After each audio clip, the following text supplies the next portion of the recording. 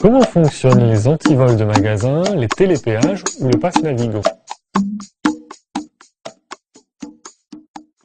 La plupart des systèmes qui permettent de détecter sans contact un badge sont basés sur l'induction électromagnétique.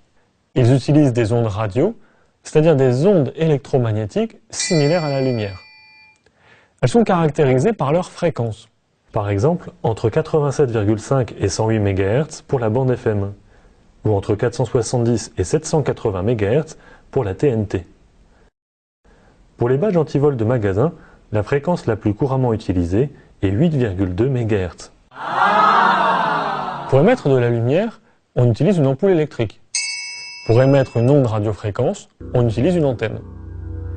Une antenne émettrice est un circuit électrique dans lequel on fait passer un courant électrique alternatif, c'est-à-dire un courant électrique dont la valeur est modulée. Il en résulte l'émission d'une onde électromagnétique dont la fréquence est celle du courant électrique. Et pour détecter cette onde radiofréquence, rien de plus simple. On utilise aussi une antenne, mais cette fois, on ne fait pas circuler de courant électrique dedans. C'est le rayonnement électromagnétique qui va induire dans l'antenne un petit courant électrique qui possède les propriétés du rayonnement, et notamment sa fréquence. Dans un magasin, les portiques antivol fonctionnent par paire. L'un d'eux contient une antenne émettrice, et l'autre détecte le rayonnement émis avec une autre antenne. Le badge antivol est constitué d'une antenne et d'un petit circuit électrique qui va réagir à une fréquence bien précise, qu'on appelle fréquence de résonance, en réémettant un petit signal. L'antenne détectrice voit alors une modification du rayonnement à cette fréquence et déclenche l'alarme. Lorsqu'une personne passe entre les deux portiques sans badge antivol, elle modifie aussi la carte du rayonnement radiofréquence, mais à toutes les fréquences. Pour ne pas déclencher l'alarme dans ce cas, le système balaye plusieurs fréquences radio. L'alarme se déclenche seulement si le champ électromagnétique est modifié uniquement à la fréquence de résonance du badge. Dans le cas du télépéage ou du pass Navigo, la carte d'abonnement des transports parisiens, c'est un peu plus compliqué.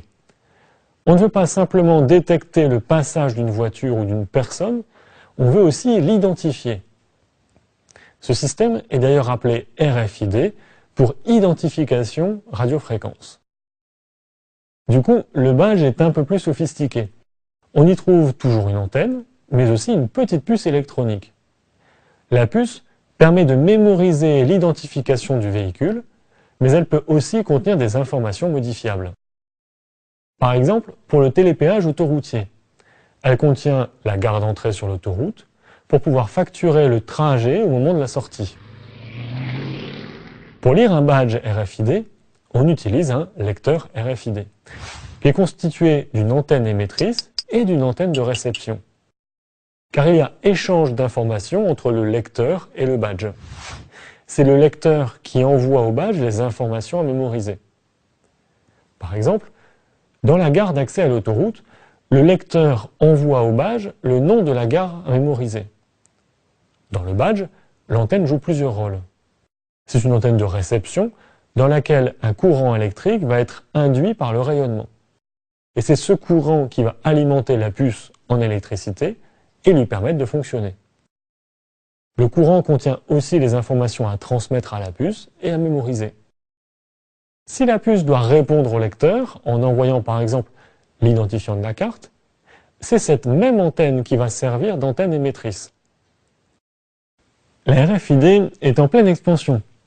Les puces RFID sont utilisées dans les passeports biométriques, dans les clés de voiture, dans les arbres parisiens, sur les Vélib ou pour tatouer les animaux.